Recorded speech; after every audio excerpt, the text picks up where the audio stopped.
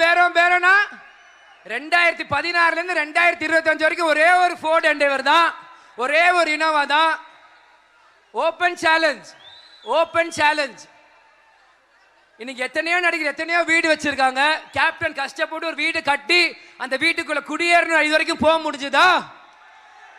அதே சாலிகிராம் 54 கண்டமால் தெருல இன்னைக்கும் நாங்க இருக்கிறோம். இதுக்காக நாங்க ஒரு துளியாச்சு கஷ்டப்பட்டிருப்போமா? சரி, நம்ம கிட்ட விட்டதெல்லாம் போயிருச்சேன்னு.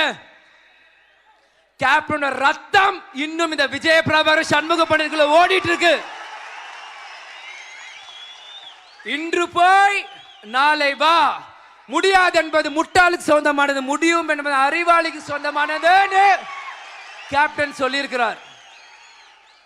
இதுக்கெல்லாம் பயந்தா அரசியல் பண்ண முடியாது ப்ரோ, தம்பிங்களா. இதுக்கெல்லாம் பயந்தா கட்சி நடத்த முடியாது. ஒவ்வொரு இடத்துலயுமே தேமுதிக ஒண்ணுமே இல்லைன்னா, ஆனா முதல்ல வந்து குறை சொல்றது தேமுதிக மேலதான். தேமுதிக இல்லைன்னா எதுக்கு நல்லது கெட்டது எதுக்கு பேசுறீங்க? பேசாதீங்க. தேமுதிக கட்சி இல்லைன்னா நல்லது கெட்டது ரெண்டுமே பேசாதீங்க. எதுக்கு குறைய மட்டும் சொல்றீங்க? இன்னைக்கு ஒரு டிவி சேனல்ல பேர் சொல்ல விரும்பல பாக்குறேன். அடுத்த தலைமுறைகள் தலைவர்கள் யார் அப்படின்ட்டு உதயநிதி அண்ணன் போடுறாங்க, அண்ணாமலை அண்ணன் போடுறாங்க, சீமான் அண்ணன் போடுறாங்க, விஜய் அண்ணன் போடுறாங்க. சந்தோஷம், வாழ்த்துக்கள், வரவேற்கிறோம். விஜய பிரபாகரன் போடல. ஏன் இதைங்க நான் பேசுறேன்னா, ஏன் போட்டோ போடலன்னு கேட்கல. இன்னைக்கு வந்து அரசாங்க ஊழியர்கள் அவங்களோட உரிமைக்காக போராடுறாங்களே. இன்னைக்கு நீங்க ஆட்சியை தக்க வைக்கணும், நீங்க ஆட்சிக்காக நீங்க போராடுறீங்களே. ஆளுங்கட்சி மீண்டும் ஆட்சிக்காக எல்லாரும் மாதிரி ஒவ்வொருத்தங்க போராடுறீங்களே.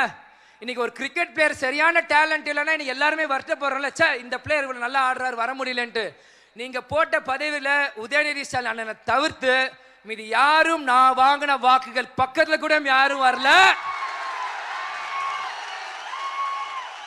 இதை ஏன் இப்ப சொல்றேன்னா, இது மக்கள் உரிமை மீட்பு மாநாடு. நானும் இந்த தமிழ்நாட்டில் ஒரு மக்கள்னா ஒரு நபர். இந்த நபருக்கு ஒரு மேடை ஒரு மைக்கு கிடைச்சிருக்கு. தமிழ்நாட்டு மக்களுமே இதே ஒரு கேள்வியாக நான் வைக்கிறேன். என்ன விஜய பிரபாகர் போட்டோ தேமுதிக போட்டோ போட்டா பீனிக்ஸ் பர்மர் வந்து பயம்னா பயம் சொல்லுங்க. கேப்டன் சொல்ல இருட்டை மறைக்கலாம், ஆனா சூரியனை மறைக்க முடியாது. இது கேப்டனோட கட்சி, எதிர் நீச்சல் போட்டே வளர்ந்த கட்சி இந்த கட்சி.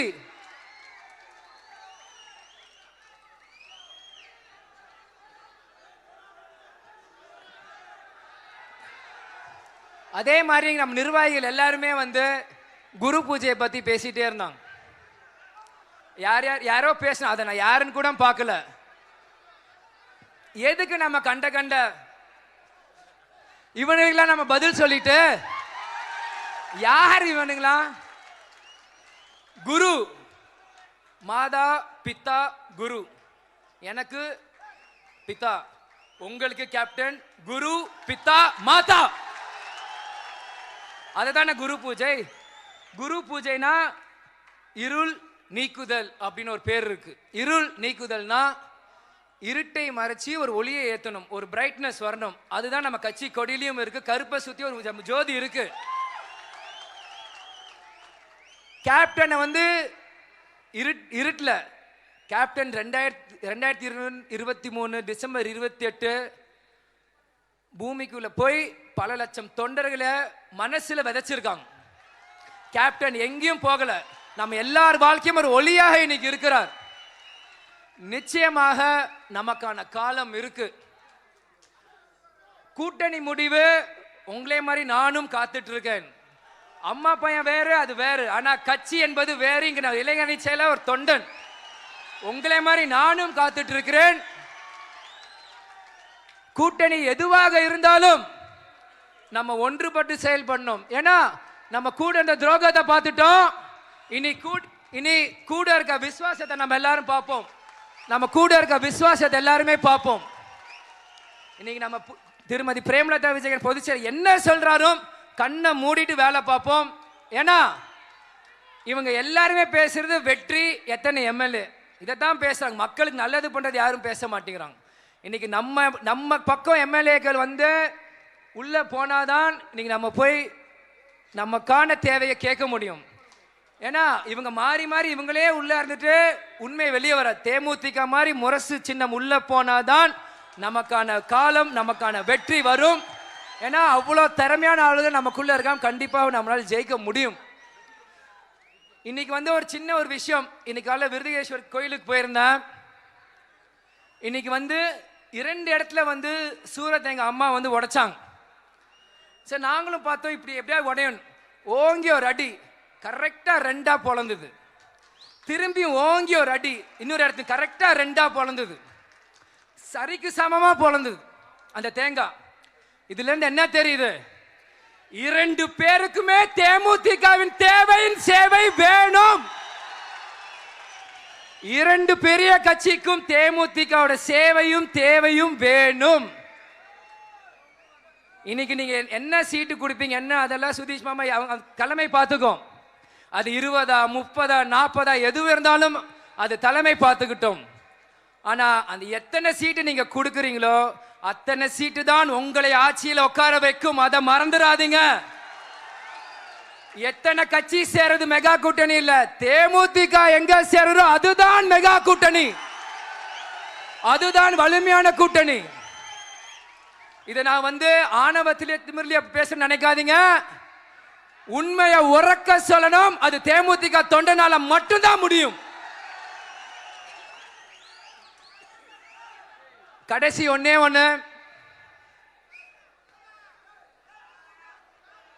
இந்த ஜனநாயகன் படம் ரிலீஸ் பிரச்சனை போயிட்டு இருக்கு.